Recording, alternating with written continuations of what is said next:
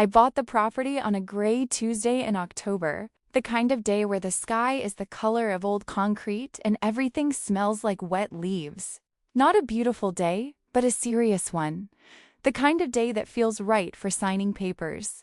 The real estate listing had called it a rural residential lot with natural water feature. That phrase, natural water feature, is the kind of polite language real estate agents use when they want something to sound appealing without committing to specifics. In plain terms, it meant, there's water somewhere on the land, go find it. I found it about 200 yards behind the house, through a narrow gap in the tree line where the oaks grew close together and the ground went soft underfoot. The lake was 3 acres, roughly, shaped like a teardrop, wider at the north end and tapering down to a narrow southern point where cattails grew thick and red-winged blackbirds liked to argue with each other. 2 underground springs fed it, running in from the west side, cold even in August. The water was clear enough that you could see the bottom in the shallows, and in summer, it held a green, glassy color that made it look like it had been painted. I stood at the edge of it the first afternoon I owned it and felt, genuinely, like I had gotten away with something.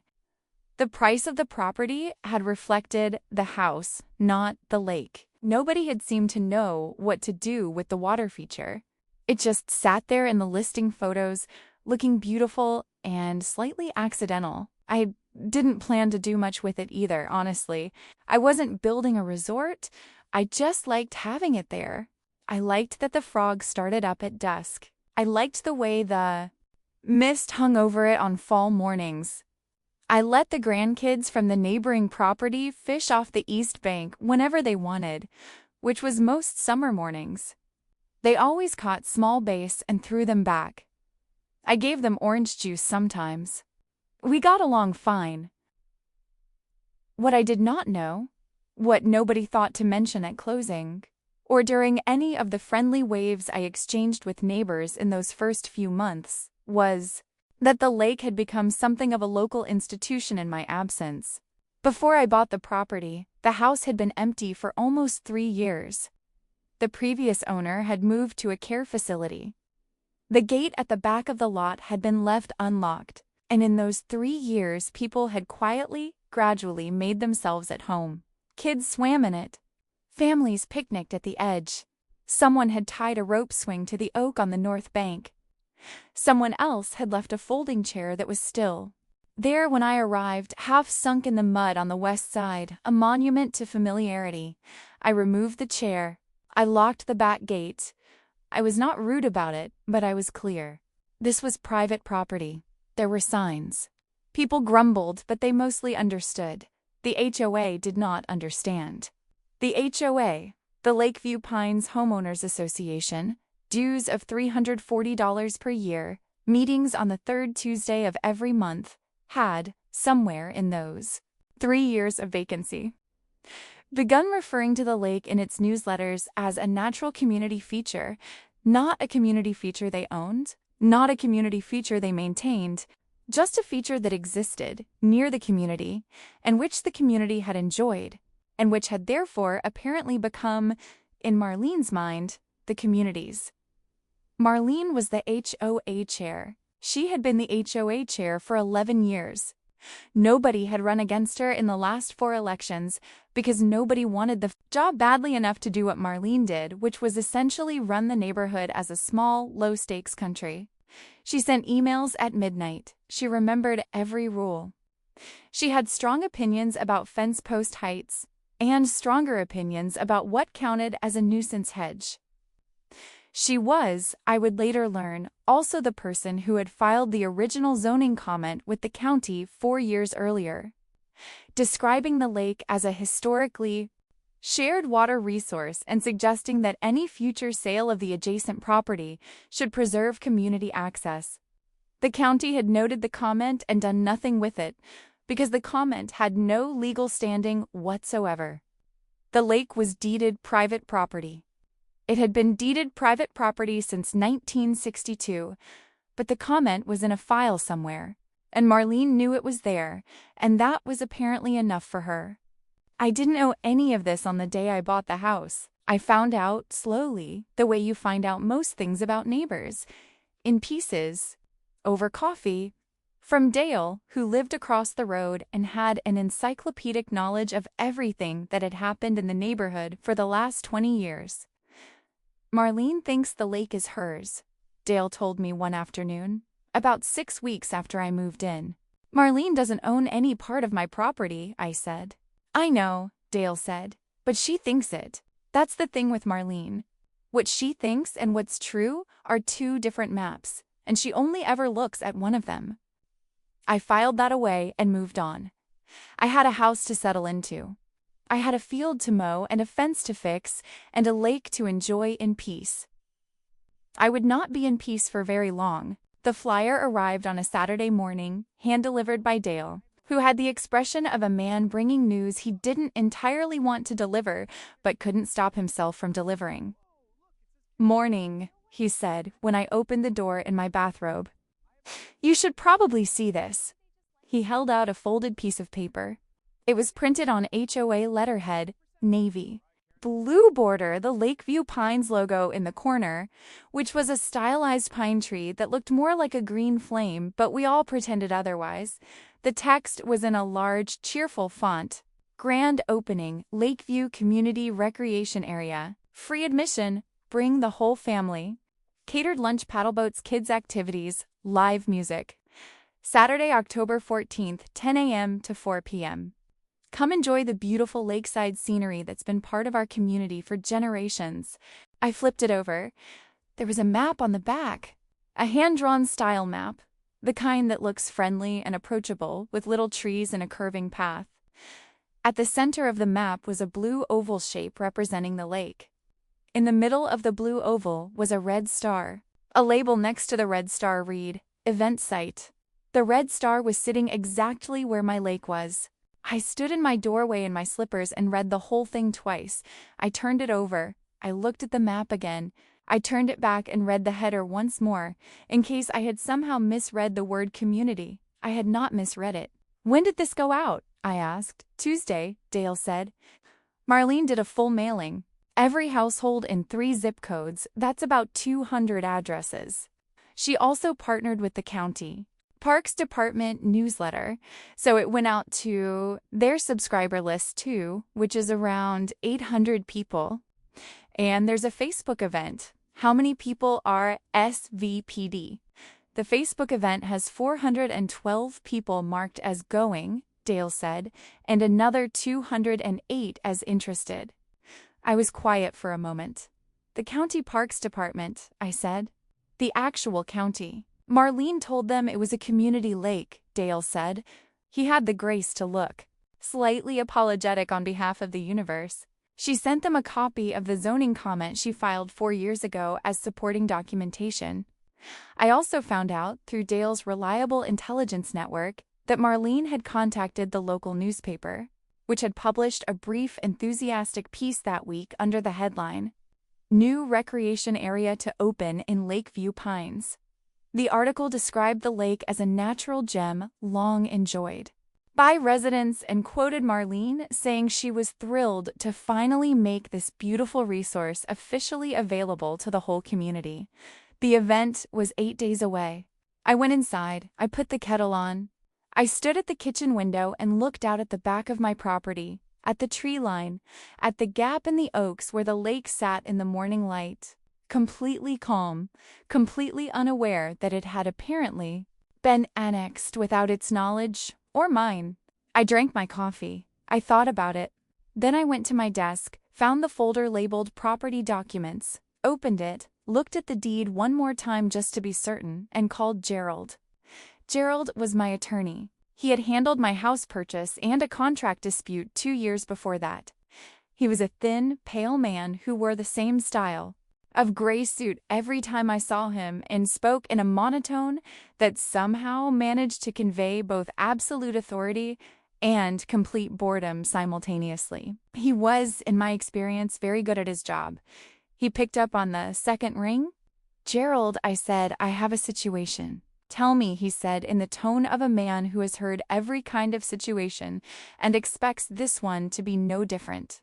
I told him about the flyer, I told him about the map, I told him about the 200 invitations in the county parks newsletter and the Facebook event and the newspaper article and the red star sitting in the middle of my lake. When I finished, there was a brief silence. "Interesting," Gerald said. He didn't sound interested. He sounded like he was already drafting something in his head. "Scan me the flyer.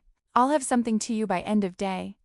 Gerald sent the cease and desist letter the following morning. He had worked fast, which for Gerald meant it had arrived in my email at 7:14 a.m., formatted, footnoted, and 3 pages long.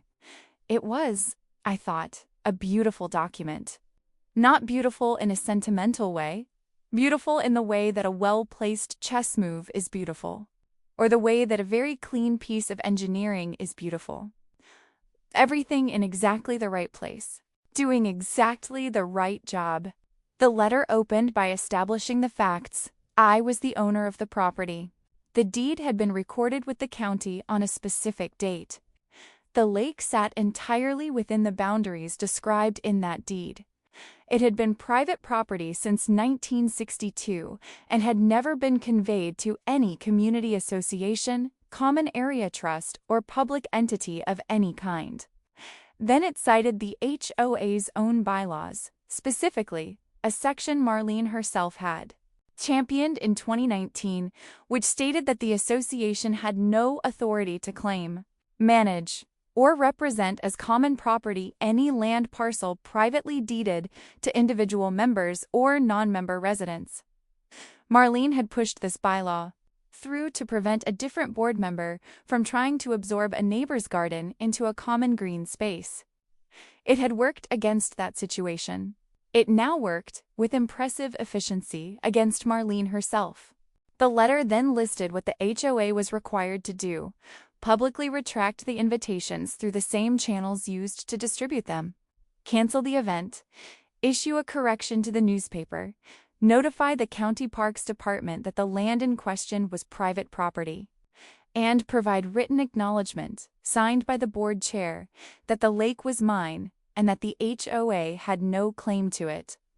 Gerald gave them 5 business days. He sent the letter certified mail to the HOA's registered address, emailed copies to all 9 board members individually, and this was the part I particularly appreciated, also sent a copy directly to the County Parks Department and to the editor of the local newspaper. The County Parks Director's name was Robert Ellison. He had held the position for 22 years. He was, by all accounts, a careful, methodical man who had spent 2 decades successfully avoiding anything that could become a lawsuit, a news story, or a phone call from a county commissioner. He read Gerald's email at 8:40 a.m. and called Marlene at 9:19 a.m. I only know this because the timeline came out later, piece by piece. Marlene's assistant mentioned the call to a neighbor. The neighbor mentioned it to Dale. Dale mentioned it to me over the fence one evening, grinning. The call, by all accounts, opened with Robert Ellison saying, "Marlene, I need you to explain to me, carefully and clearly, why the County Parks Department has co-sponsored an event on private property." Marlene apparently began explaining about community use and historical access in the zoning comment she had filed 4 years ago. Robert Ellison apparently said, "Marlene, that comment has no legal standing. I need you to tell me this event is being canceled." Marlene did not tell him that. Robert Ellison then informed her that the County Parks Department was withdrawing its co-sponsorship and its name from all event materials, effective immediately, and that if the HOA proceeded with an event on private property without owner consent, the county would not be in any position to assist with any resulting legal or liability matters. The County Parks Department quietly pulled its name from the Facebook event. That afternoon, the county newsletter ran a small correction the following week. Robert Ellison, I was told, went home that evening and opened a very large beer. Meanwhile, the HOA's 5 business days ticked down. Day 1, silence. Day 2, silence. Day 3, I heard through Dale that there had been a board meeting. Day 4, more silence. On the morning of day 5, I got a call from Gerald. They responded, he said. And 2 paragraphs, he said. The first says they respectfully dispute your sole ownership of the lake based on historical community use and established precedent. The second says the event will proceed as planned. I took a breath. Historical community use isn't a legal basis for adverse possession in this state unless it meets very specific criteria, is it? It is not, Gerald said, not even close. They would need decades of open, hostile, continuous use. Children fishing on summer mornings does not meet that standard. So she's just wrong. She is completely wrong, Gerald said. Shall I begin filing? I thought about it. I thought about the 8 days. I thought about the event being 6 days away. I thought about 200 invitations and 400 Facebook RSVPs and paddle boats. Not yet, I said. Hold on. I have an idea. Gerald was quiet for a moment. What kind of idea? The useful kind, I said. I'll call you tomorrow. To explain what happened next, I need to explain something about how spring-fed lakes work. Most people think of a lake as a fixed thing, a bowl of water that just sits there. But a spring-fed lake is actually a system. Water comes in from underground springs at one end, and water goes out through natural drainage channels and permeable soil at the other. The lake level is always in a kind of slow negotiation between what's coming in and what's going out. The specific dynamics depend on the local geology. In my case, the 2 springs that fed the lake ran in from the west side, beneath a clay-heavy substrate that directed groundwater toward the lake basin. The outflow was on the southeast side, where the water seeped out through a sandy channel and eventually daylighted into a drainage ditch near the property line. I knew all this because I had hired a hydrologist the previous spring to assess the lake's health. Her name was Dr. Patricia Yuen, and she was the kind of scientist who made everything sound both fascinating and extremely technical at the same time. I had hired her because the lake had seemed lower than usual after the previous dry summer, and I wanted to understand why. Her report was 22 pages long.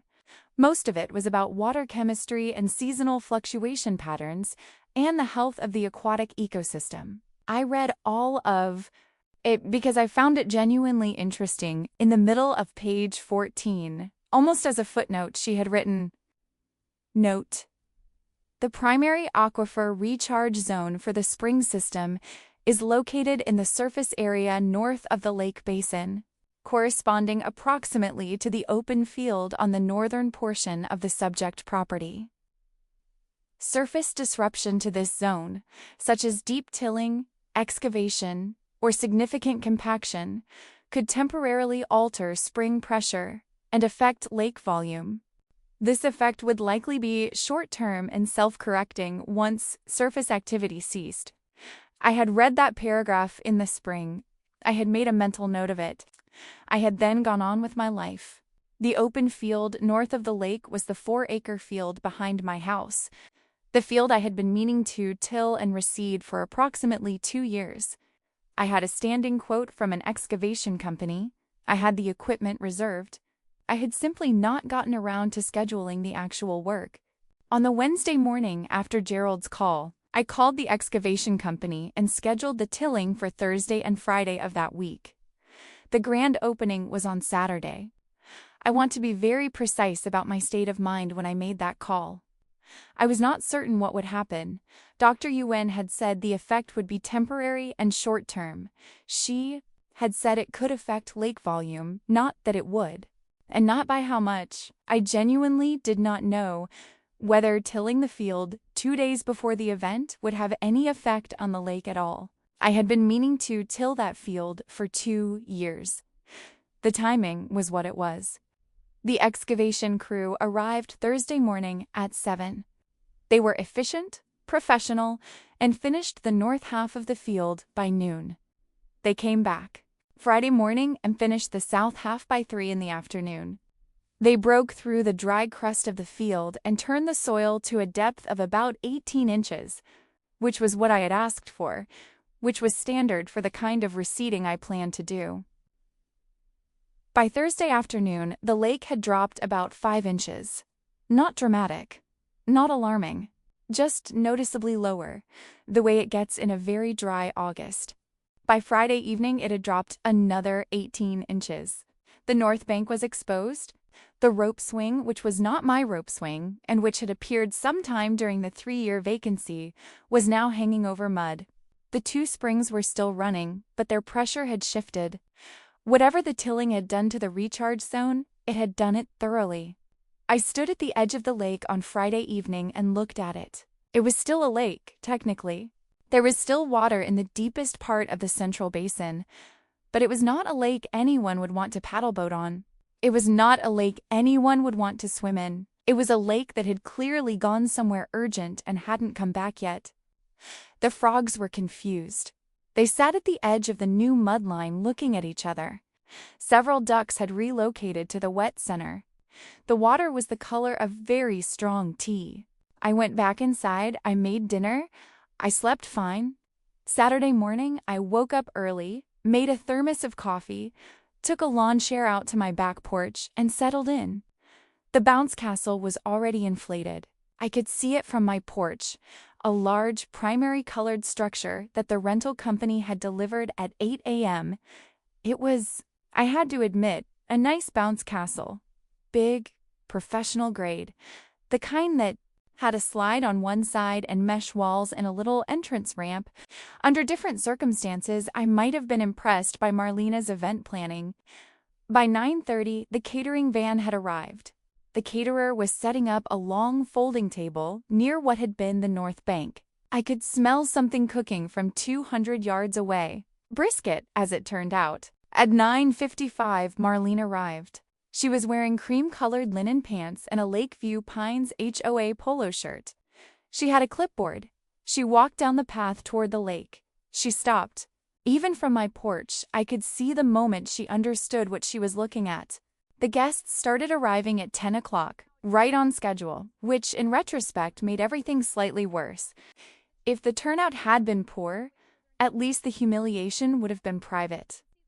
Instead, people came steadily and in good numbers, families with young children, older couples, a few groups of teenagers who had clearly been promised a lake day and were dressed accordingly, in swimsuits and flip-flops, carrying inner tubes. They parked in the common area lot. They followed the mowed path the HOA had helpfully cut through the tall grass. The path crested a small rise and then sloped down toward where the lake should have been. The rise was about 40 feet from the bank.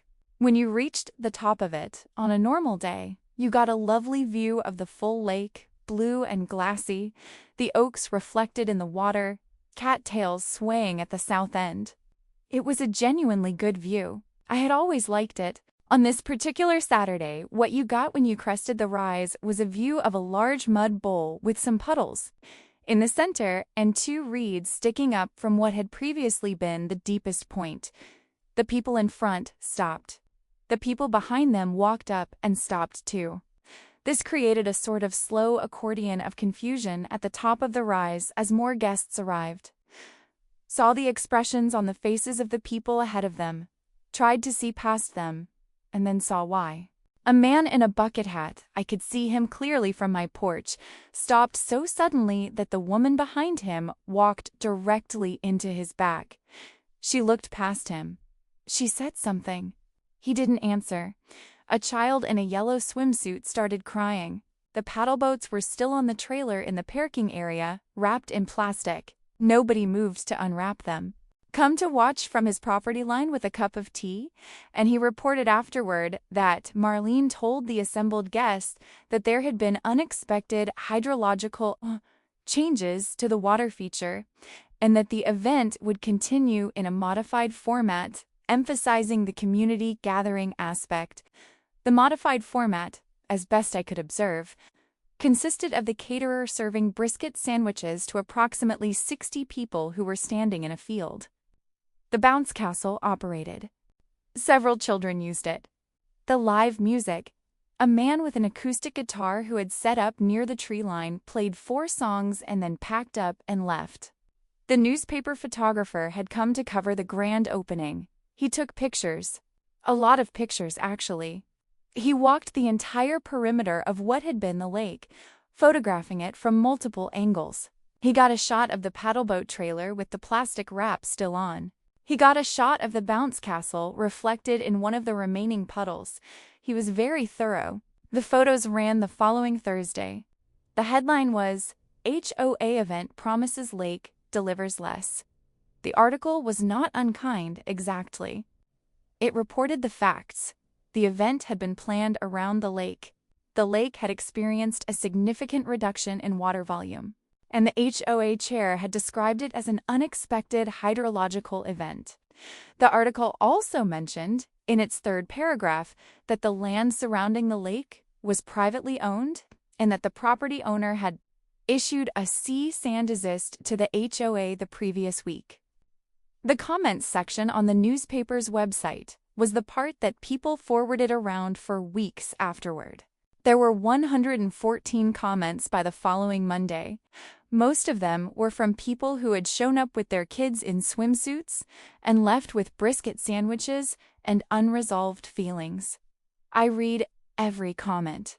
I am not proud of this, but I did. I sat on my porch that Saturday afternoon, after most of the guests had gone, and finished the last of my coffee. The bounce castle deflated slowly, making a sound like a long, exhausted sigh. The caterer loaded up his van.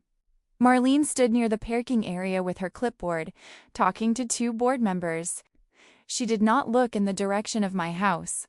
I respected that in a way. Whatever else you could say about Marlene, she was not the type to visy crumble. The ducks came back around 4 o'clock. There was both still enough water in the center for them.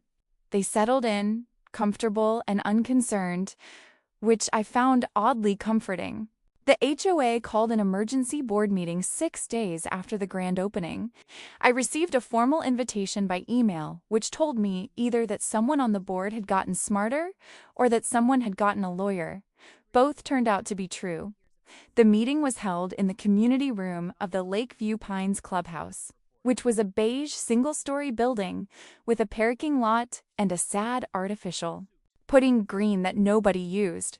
I arrived 5 minutes early. There were 9 board members seated along 2 folding tables pushed together, with Marlene at the center. 3 members had their own attorneys present. Travis, the youngest board member, he had joined 6 months ago and still had the look of someone who had not yet fully understood what he had signed up for, sat at the far end with an expression that suggested he was actively wishing he was somewhere else. The agenda, printed on HOA letterhead and placed at each seat, had one item: lake situation and path forward. Marlene opened the meeting by thanking everyone for coming. She did this in the specific tone of someone who is maintaining professionalism through an act of will. Then she cleared her throat and said that the board wished to discuss the possibility that the sudden and dramatic draining of the lake in the days preceding the grand opening event may have been related to excavation activity on the adjacent private property. She paused, looking at me. If such a connection can be established, she said carefully, there may be questions of liability and damages to consider. I let her finish. I let the silence sit for about 4 seconds after she finished, which is longer than most people are comfortable with.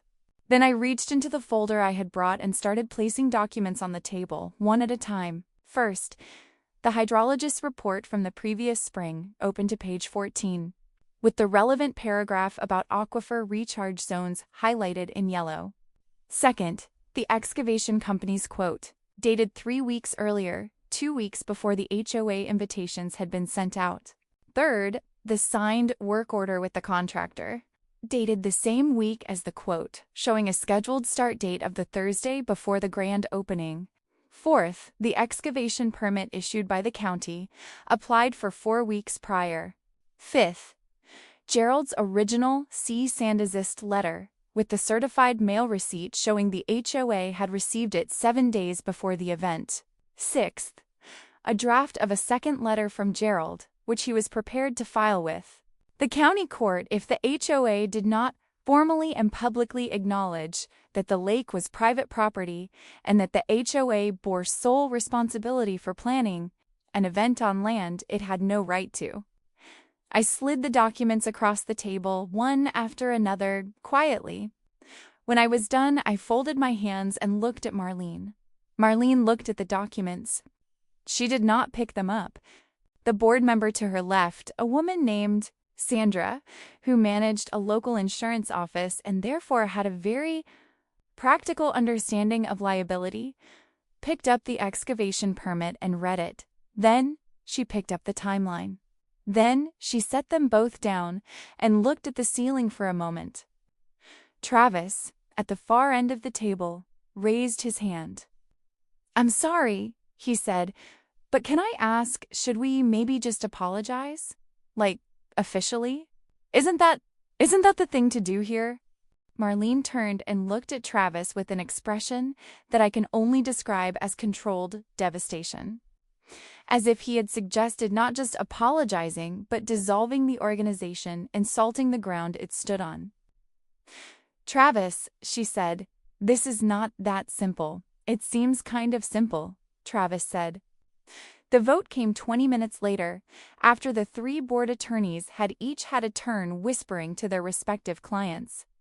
The motion was to formally acknowledge that the lake was private property, issue a written public apology through the HOA newsletter and the community Facebook group, and commit to no future events on private land without written owner consent. The vote was 8-2. Marlene and 1 board member voted against. Everyone else voted yes. Money, as I have said, has a clarifying effect on principle. Specifically, the prospect of Gerald's second letter and what it might become had clarified a great deal. After the vote, the meeting ended quickly. People collected their things and left in that particular silence that descends on a room after something has been decided that not everyone is happy about, but everyone knows is final. Marlene sat at the folding table for a moment after the others left, still looking at the documents I had placed in front of her. I gathered my folder and stood up. "For what it's worth," I said, "because I am not by nature a cruel person, I would have been happy to talk about this before it got here." She looked up at me. She didn't say anything. She nodded, once, very slightly. I took that as a version of acknowledgement and left it at that. The springs came back slowly, the way they had gone. There was no dramatic moment, no sudden rush of water, no single morning when everything was restored. It just crept back inch by inch over 3 weeks as the disturbed soil in the tilled fields settled and compacted and the recharge zone found its rhythm again. Dr. Yuen, the hydrologist, came back out at my request to assess the recovery. She walked the lakeshore with a measuring rod and looked very pleased with herself, which I understood. Her report had been exactly correct. She said the recharge was proceeding normally and that the lake would likely be fully restored within another week or 2. She also noted, as she had predicted in her report, that the tilling had actually improved long-term drainage across the field, which would benefit the recharge zone in future dry seasons. "So the lake will actually do better now," I said. "Probably, yes," she said. "Better surface water management, better recharge consistency." She paused. "Good timing on the tilling." I said nothing. She smiled. We understood each other. By mid-October, the lake was full. The north bank was restored. The cattails at the south end were upright again. The rope swing, which I had removed during the recovery period, since it was not mine and had no business being there, was gone. The ducks had moved on south for the winter, but 2 of them came back briefly in late October, seemed satisfied with conditions, and left again. The HOA's written acknowledgement appeared in the November community newsletter. It was 4 sentences. placed at the bottom of the second page in a smaller font than the announcement about the new speed bump in the parking lot. It said, "The Lakeview Pines HOA acknowledges that the lake located on the private property at my address is the sole property of the individual landowner and is not a community asset." The grand opening event held in October was planned in error. The board apologizes to residents for any confusion caused by that planning. The HOA commits to ensuring all future community events are held only on properly authorized land. It did not have Marlene's signature. There is no board chair signature at all. In fact, just the board of the Lakeview Pines HOA, which was the institutional equivalent of leaving a note unsigned. Marlene resigned from the board 11 days after the meeting. The resignation letter cited personal reasons. It was 2 sentences. Travis forwarded it to me, which I thought was slightly cheeky of him, but not inappropriate. Travis was elected interim chair at the next board meeting. He emailed me the following week, politely and somewhat nervously, to ask whether the HOA might have permission to use a narrow strip along my eastern fence line to complete a community walking path that had been planned for years, but had never been finished because of a gap in the route. I said yes. I had always thought the neighborhood needed a decent walking path. I gave him written permission the same day. He sent back a thank you email that was 3 paragraphs long and contained the phrase, "We really appreciate your understanding," twice. I liked Travis. He was going to be fine. In November, Dale came over with a bottle of bourbon, the good kind, the kind he saves for things that deserve commemorating. We sat on my back porch in the early dark of that time of year, with blankets over our laps, watching the lake. There was a thin skim of ice forming at the north end. The moon was up. The whole thing looked like a painting. "You know," Dale said, pouring 2 glasses. "You could have just threatened to sue her from the start and skipped all the drama." "I did threaten to sue her from the start," I said. Gerald sent the cease and desist the week before the event. Dale thought about this. "Right," he said. The letter she ignored. I agreed. We drank. It was a good bourbon, the kind that warms you from the inside and makes you feel like things on balance are mostly fine. "Do you feel bad?" Dale asked. "About the tilling." I thought about it honestly. I feel like I did a thing I had been meaning to do for 2 years at a time that turned out to be inconvenient for someone else, I said. I feel like the inconvenience for that someone else was a natural consequence of her ignoring a legal cease and desist. "That's a very careful answer," Dale said. "I'm a careful person," I said. He laughed. We sat quietly for a while after that. The ice on the north end caught the moonlight. Somewhere in the cattails at the south end, a frog made one experimental sound and then went quiet, apparently deciding it was too cold for conversation. The springs kept running underneath us, underneath the field, doing what they had been doing since before any of us were born, and what they would keep doing long after we were gone. Patient and steady, and entirely indifferent to homeowners associations, to newsletters, to Facebook events, to red stars on hand-drawn maps. The lake didn't care what anyone called it. It was a lake. It did what lakes do. It filled and it drained and it filled again. Nobody owned that process. Not really. I owned the land around it. I had the deed. But the water went where physics and geology sent it on its own schedule, by its own rules. Marlene had tried to own it with a newsletter. The county had tried to celebrate it with an event. Neither of them had thought to ask the springs. The springs had answered anyway. That, in the end, is the real lesson. Not about property law, or HOA bylaws, or cease and desist letters, or the importance of checking ownership records before renting paddle boats. The real lesson is simpler than any of that. Some things are not yours to take. And some things, the patient, permanent things, the things that run on geological time and don't read newsletters, will make that clear eventually, whether you plan it or not. Usually at the most inconvenient possible moment for the people who should have asked first.